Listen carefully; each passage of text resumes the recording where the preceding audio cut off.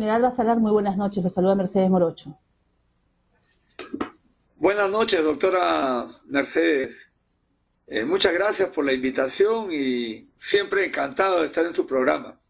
Aprovecho la oportunidad para saludarla a usted y a todo el público televidente por ese gran día de mañana que es el Día de la Mujer. Es un día, creo, importante internacionalmente por el papel que ustedes, no solamente ahora, sino desarrollan desde hace mucho tiempo, desde el inicio de la humanidad. Lo que pasa es que a veces hay pequeñas tardanzas en reconocer las cosas como son, pero aprovecho para dar el saludo. Muchas gracias. Gracias a usted, igualmente para todos los miembros de su familia, un feliz Día de la Mujer, y para todo el público en general, los saludamos porque mañana va a ser un día especial. Vamos a dedicar un programa para todas las personas, ¿no? Sobre todo para aquellas mujeres que llevan el pan de cada día en momentos tan difíciles de la pandemia. Hablamos también, ¿no? En nuestro país y a nivel mundial, les ha tocado muy fuerte a muchas que quizás hemos tenido que estar en la casa, pero hablo pues de las que yo siquiera tengo una niña pequeña, pero hay muchos que han tenido pues 2, 3, 4, hasta 5 hijos en la casa y toda la familia, adultos mayores, y sobrellevar ello, y también pues al lado de una gran mujer existe un gran hombre también, y por ello es que es tan importante el tema de la unión familiar. Y bueno, ahora sí, aprovecho también de saludar antes que me vaya a olvidar a nuestro gran amigo Marco Antonio, a Marco Antonio, que es periodista acá de la Casa Televisiva. Hoy cumpleaños, ¿no, Joe? Sí, hoy está de cumpleaños Marco Antonio Reyes. Marco Antonio Reyes, muy bien. Para él, un fuerte abrazo. Él es uno de los pilares tan importantes acá de Onda Digital Televisión. Muy bien, General Juan Carlos Basalar, queremos preguntarle acerca del tema de la coyuntura política. ¿Qué le ha parecido estas últimas movilizaciones de la población y qué es lo que nos espera en los próximos días? A razón del tema del voto de confianza, a razón de estos pedidos de vacancia de algún sector de la población, por supuesto, y otros que no apoyan la vacancia. Bueno, definitivamente yo creo que esta semana es decisiva para el gobierno actual, ¿no? El tema de las movilizaciones que se están dando en el transcurso de estos días y que mañana va a ser mucho más pronunciado, y también la famosa pedida de vacancia, ¿no? El voto de confianza que mañana justamente empieza para este nuevo gabinete, y creo que también juega un papel importante el viaje del presidente a Chile, que ya ha sido autorizado para el cambio de gobierno en Chile. Yo creo que definitivamente hay algunas movilizaciones que están siendo a favor y otras lógicamente en contra, pero todas van a tener una incidencia bastante preponderante. A mi punto de parecer, considero que estamos en una situación bastante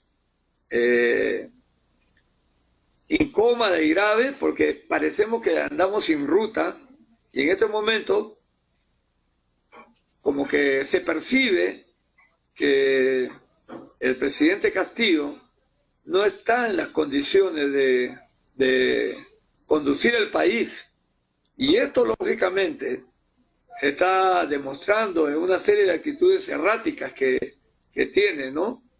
No solamente en la decisión que tiene al nombrar a los funcionarios públicos, particularmente a los ministros, y también en sus entrevistas que da, en las expresiones, y da la impresión de que cada día se levanta sin un rumbo, ¿no? Y encuentra algo como para sostenerse. A esto indiscutiblemente se suma pues toda esta serie de denuncias que han ido corriendo en el transcurso de estos últimos 15 días, con lo que acaba de salir ayer, de esas incidencias que ya han sido prácticamente denunciadas y están ya en manos del fiscal con respecto pues a lo que sucede en la región Junín, tanto por el lado de Cerrón como el actual gobierno regional. Entonces, yo creo que todo esto va a tener una consecuencia bastante negativa Y todos pensamos más que todo que la vacancia, esto, pero no nos estamos dando cuenta que la consecuencia negativa es para nuestro país. Es lo que está sucediendo en este momento. No sé si se pudo apreciar cómo el presidente... Queremos hacer una consulta. Hemos visto las entrevistas el día de hoy en un diario muy conocido en la capital acerca de que Pedro Castillo dice: esperamos que el Congreso se ponga al lado del pueblo. ¿Usted cree que el Congreso no está al lado del pueblo? ¿Qué es lo que pasa con el Congreso? Según lo que yo creo que esa es una referirse a las declaraciones de Pedro Castillo. Sí, yo creo que es una expresión bastante jalada de los pelos por parte del presidente, como quien dice, pues, un último manotazo de ahogado antes de salir, y porque él al viajar no va a tener la oportunidad de poder defenderse por estos días. Pero el Congreso, hasta el momento, está demostrando de que de repente no tiene la capacidad exacta para poder tener esa fortaleza de afrontar lo que está sucediendo en el país. Y que creo que eso le da al presidente de la República la facultad para poder decir lo que acaba de mencionar en esta entrevista, que yo también sí la vi. Pero yo considero que muy lejos de que esté del lado o no esté del lado del pueblo, él se está refiriendo solamente a la parte coyuntural que lo afecta a él, y no tiene por qué considerar al pueblo, porque si habláramos del pueblo, entonces el que se está olvidando del pueblo es él, con tanto que lo nombra, con tanto que él ha hecho su campaña, e inclusive dentro de su mismo gobierno. Yo considero que el Congreso no está de contrario al pueblo. El problema es que hay bancadas que se pronuncian de acuerdo a la coyuntura de sus propias partidarias. Y ahí es donde, por ejemplo, estamos viendo actualmente de que hay dos bancadas que se están dividiendo, que es la Acción Popular y la de Alianza por el Progreso. Y eso está teniendo un contrapeso a lo que pueda suceder o no. Entonces, yo creo que el Congreso está cumpliendo su papel. Lo que le falta es que hay un acicate entre las mismas bancadas para poder decidir qué es lo que van a hacer o qué no es lo que van a hacer, ¿no? Yo creo que por ahí va. Hemos escuchado también algún congresista de Perú Libre que habla que el Congreso tiene una agenda de vacancia. ¿Es así? Bueno, es lógicamente, está en agenda la vacancia, pero pareciera que diera a entender que en todo momento quiere hacer la vacancia, o sea, quiere que se realice la vacancia, pero si fuera así, completaría los 87 votos. Claro. Mire, doctora, en ese aspecto, yo creo que siempre, tanto la oposición como el gobierno, va a tener un pronunciamiento que cada uno va a jalar agua para su molino. Cuando menciona este congresista, y no solamente él, sino muchos, y prácticamente el vocero de Perú Libre, que solamente el Congreso está viendo la vacancia, yo le podría hacer la pregunta a él, que no se la hace, pero yo pregunto, con todo lo que hay, con todo lo que sale, con todas las denuncias, para que en 7 meses tenga más de 100 funcionarios que están prácticamente coludidos, denunciados, y están en una serie de condiciones que no son correctas para poder cumplir con una función gubernamental. O sea, ¿quién no va a querer vacar a un presidente de esa naturaleza? Un presidente que sale, inclusive que quiere vender y entregar al Perú, cuando ni siquiera toma en cuenta qué es lo que es la Constitución. Entonces, ¿cómo no va a querer vacarlo con todas las condiciones que hay? Yo no creo que la señora Carolyn López sea una mujer desquiciada para poder denunciar todo lo que ha hecho, ¿no? Y que tiene bastantes pruebas, bastantes encuentros que sí se pueden comprobar, que lo va a hacer simplemente porque se le ocurrió, ¿no? Entonces, lógicamente eso trae como consecuencia pues que a un presidente de la República se le tenga que poner una moción de vacancia. Y esto está sucediendo en forma permanente. Es justamente lo que al inicio dije, ¿no? Esas actitudes erráticas que tiene el presidente de la República lo conducen a ese camino. Entonces no podemos culpar que solamente el Congreso quiere hacer una vacancia, ¿no? Yo no creo que eso es así, es algo que lógicamente, y si no lo hace, entonces estaría, por otro lado, ocultando. Ahí es donde se estaría poniendo en contra del pueblo, porque estaría ocultando y dejando de cumplir una función que sí le corresponde.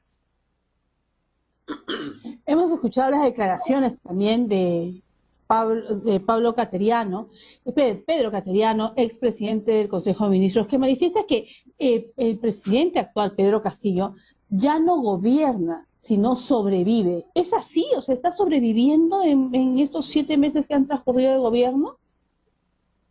¿O es que los puyazos están haciendo que se arrincone a Pedro Castillo?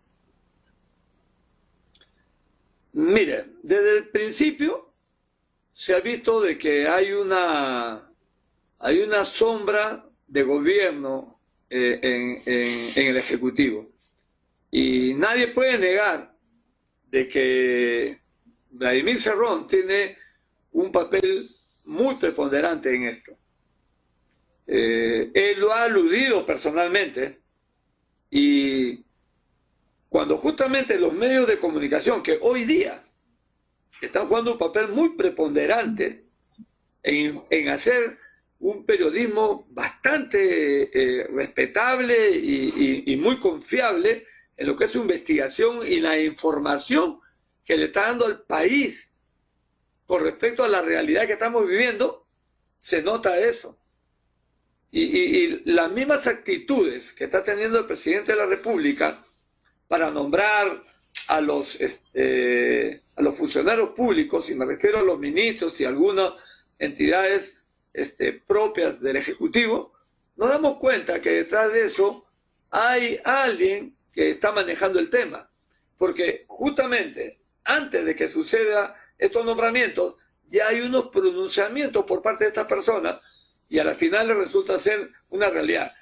Yo considero, a manera personal, de que lamentablemente el gobierno está siendo manipulado y muchas veces de repente exigido a que tome decisiones que de repente no son de su agrado, pero tiene que hacerlas porque justamente hay una dependencia. Considero que hay un porcentaje bastante considerable en que sí, hay detrás de él un gobierno oculto, ¿no? Alguien que lo está guiando, pero lógicamente en forma negativa. Sí lo considero así. ¿Por qué cree usted que este gobierno ha sido tan atacado?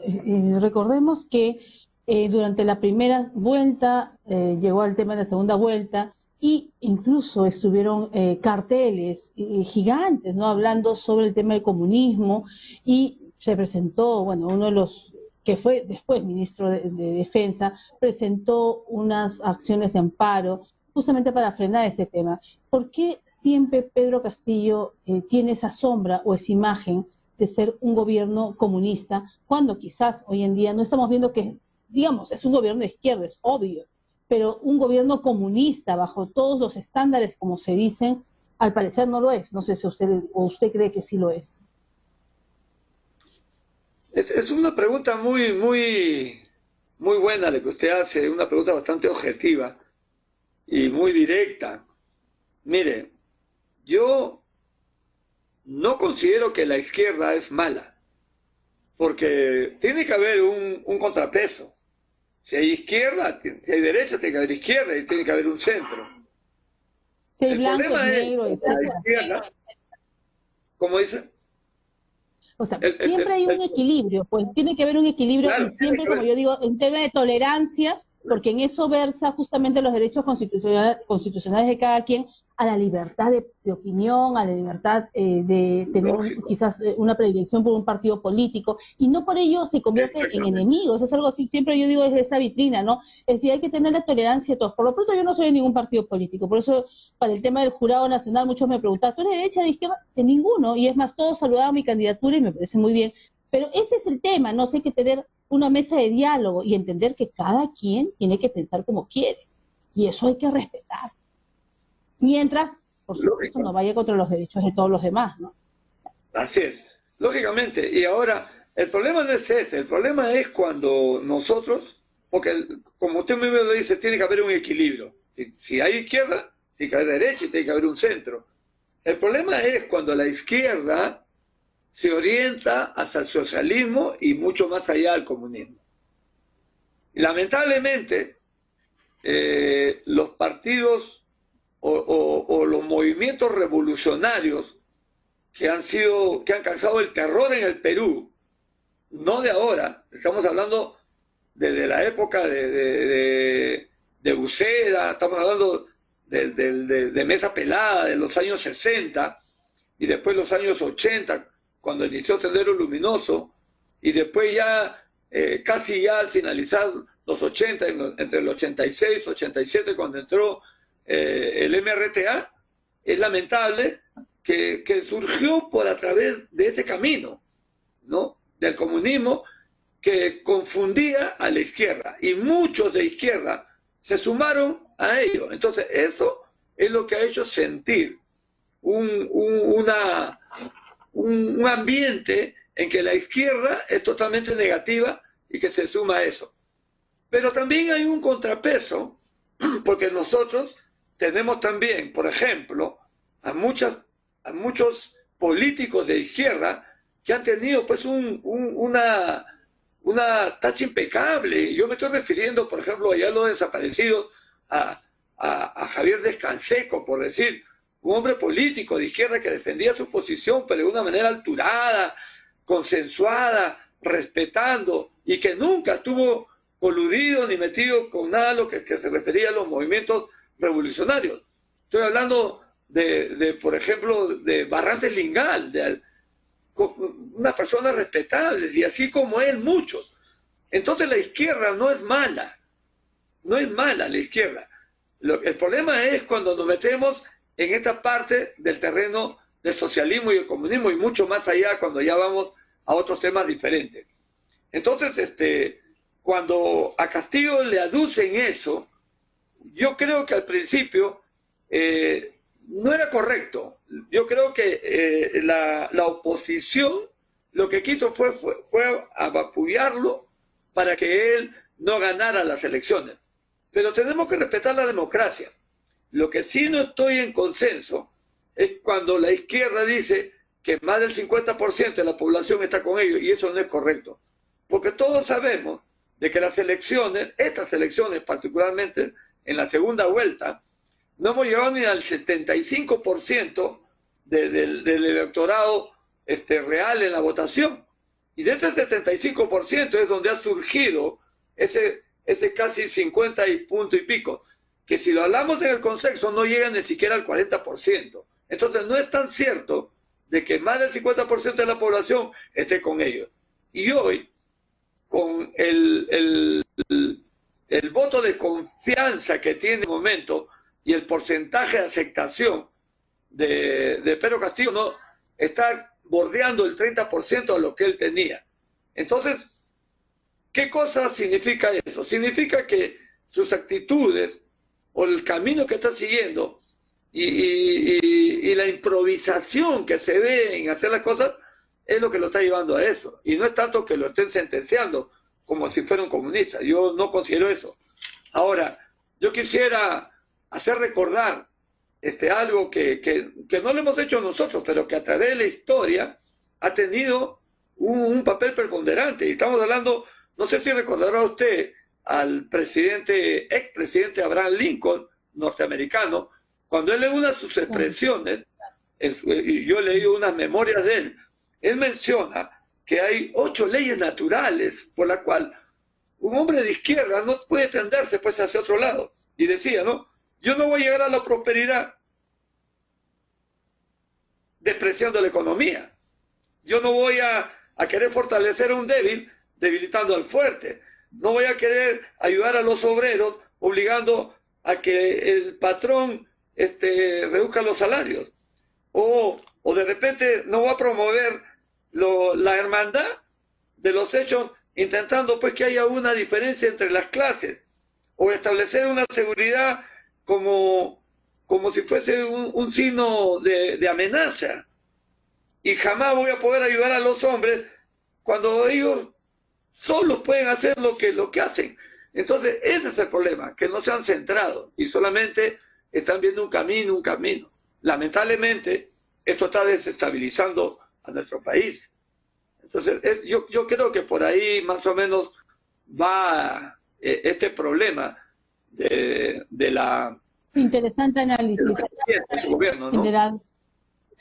General Juan Carlos Basalar, le agradecemos mucho la participación en el programa, no sin antes decirle pues que este desequilibrio, me parece, ¿no?, a mi humilde opinión, que lo que trae es un desconcierto a la población misma que hoy en día nos ve, porque, y lo decimos acá en el programa también, a diario, lo que quiere simplemente es que las cosas funcionen, porque hemos tenido vacancias, hemos tenido renuncias, ha sucedido mil cosas en estos últimos tiempos, y sobre todo el impacto de la pandemia con más de 200.000 fallecidos, 100.000 huérfanos, que hoy en día pues esas familias lo único que quisieran es que una mesa de diálogo, ¿no? Plantear una mesa de diálogo para ver qué va a suceder, porque la incertidumbre solamente crea más preocupación en la población. Muchas gracias, General Basalar, un placer, y lo comprometemos para una próxima oportunidad para gracias a usted por la invitación, siempre dispuesto. Muchas gracias, muy buenas noches a todos. Muchas gracias,